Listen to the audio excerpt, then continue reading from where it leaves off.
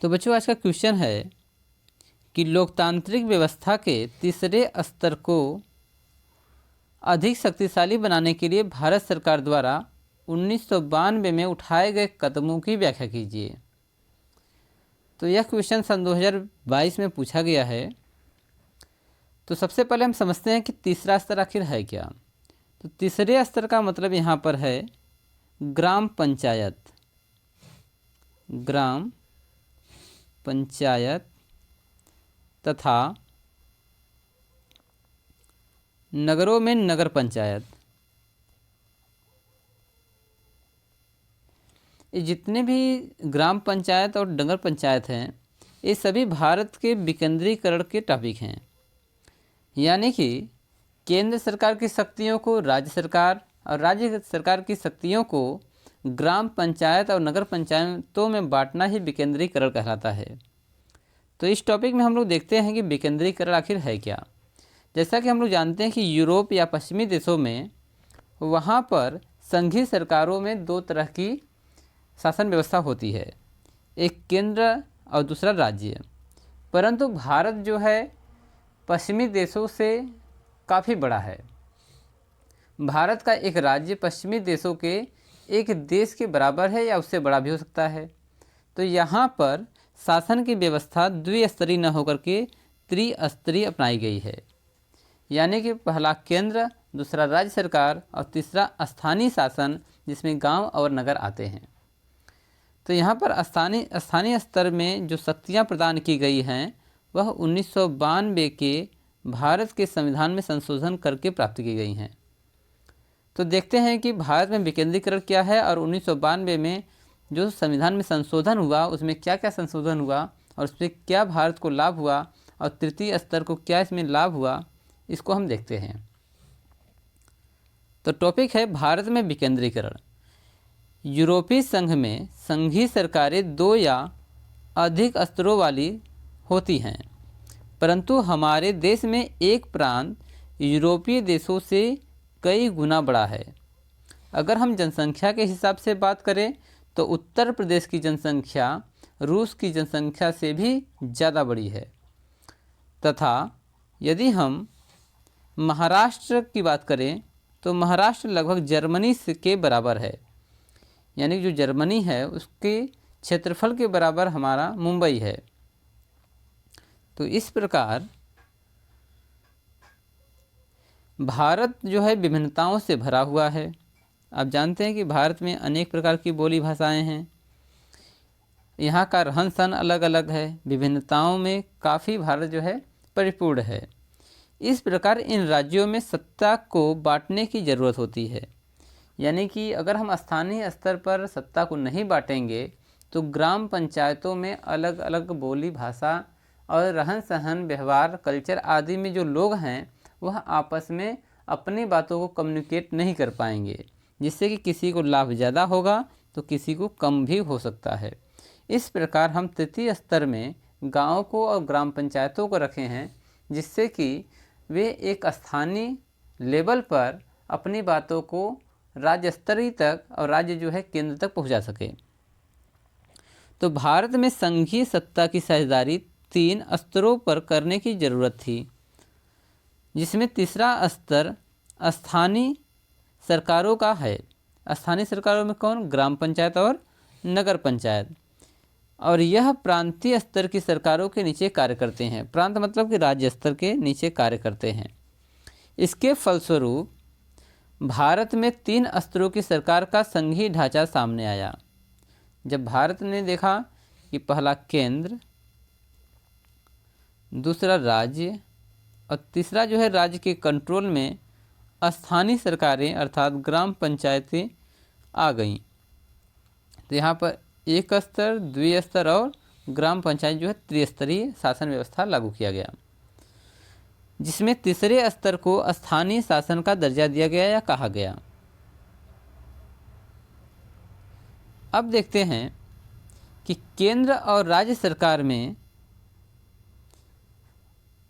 यहाँ पर बताया गया है कि जब केंद्र और राज्य सरकार से शक्तियाँ लेकर के स्थानीय सरकारों को दी जाती हैं तो इसे सत्ता का विकेंद्रीकरण कहते हैं।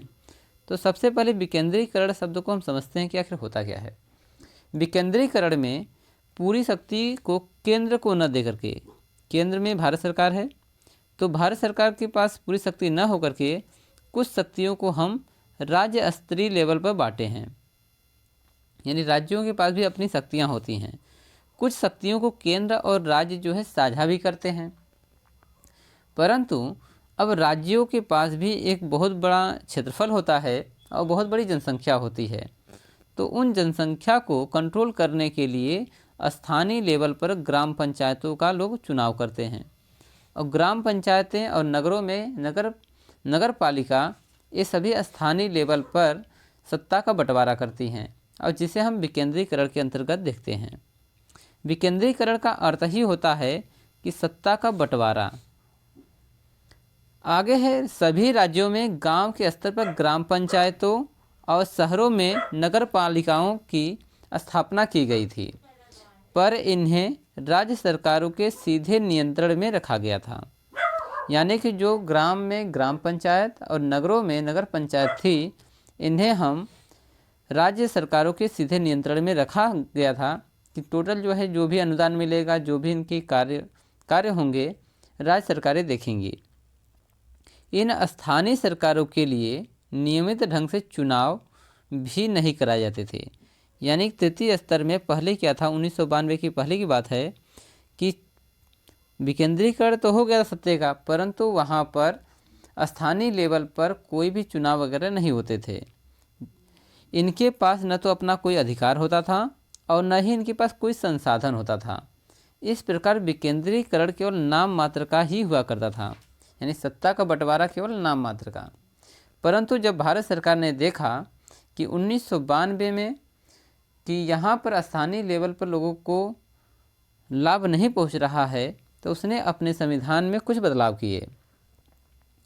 तीसरे स्तर को अधिक शक्तिशाली और प्रभावी बनाने के लिए सन 1992 में भारत के संविधान में संशोधन किया गया।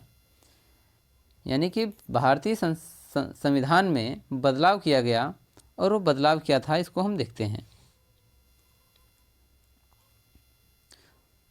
और इस बदलाव के कारण जो बदलाव है, यह विकेंद्रीकरण की दिशा में एक बहुत बड़ा कदम था।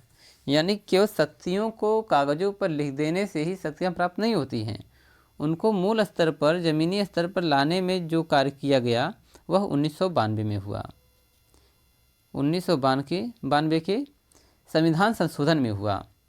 और उसमें जो पहला कदम उठाया गया वह था, अब स्थानीय सरकारी निकायों के लिए नियमित चुनाव कराना संवैधानिक रूप से अनिवार्य हो गया। यानी संविधान में दिया गया 1992 के संविधान संशोधन में कि स्थानीय लोगों को स्थानीय स्तर पर, एक निजी स्तर पर, गांव स्तर पर चुनाव को कराना अनिवार्य है।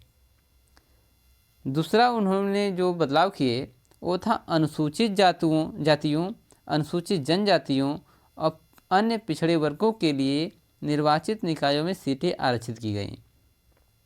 यानी कि SC, ST और OBC, इनके लिए भी हर जगहों पर आरक्षण दिया गया, इनको सीटें फिक्स की गई कि OBC, ST और SC कोई भी वर्ग अपने जो है मूल अधिकार से वंचित न हो सके। और तीसरा उन्होंने क्या किया कि सभी पदों में कम से कम 1/3 पद महिलाओं के लिए आरक्षित किए गए। यानी कि हर एक विभाग में 1/3 महिलाएं होना अनिवार्य कर दिया गया।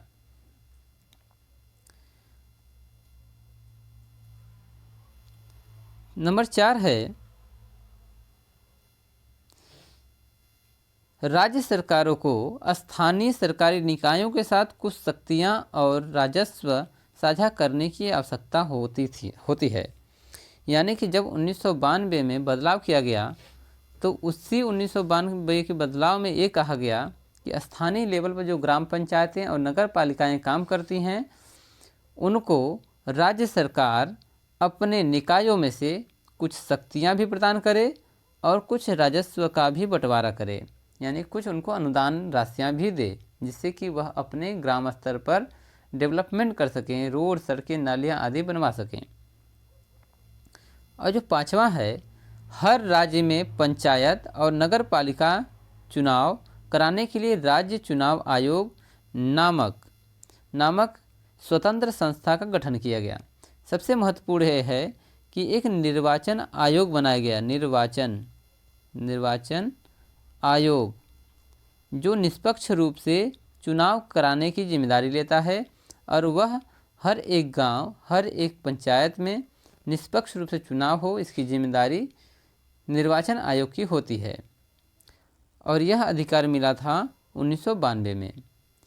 इस प्रकार हम कह सकते हैं कि 1992 में लोकतंत्र के तीसरे स्तर को अधिक शक्तिशाली और प्रभावी बनाने के लिए भारत के संविधान में संशोधन किया गया था। ठीक है, तो यहाँ पर जो है क्वेश्चन आपका समाप्त होता है। मैं उम्मीद करता हूँ कि आपको यह प्रश्न जो है समझ में आया होगा। धन्यवाद।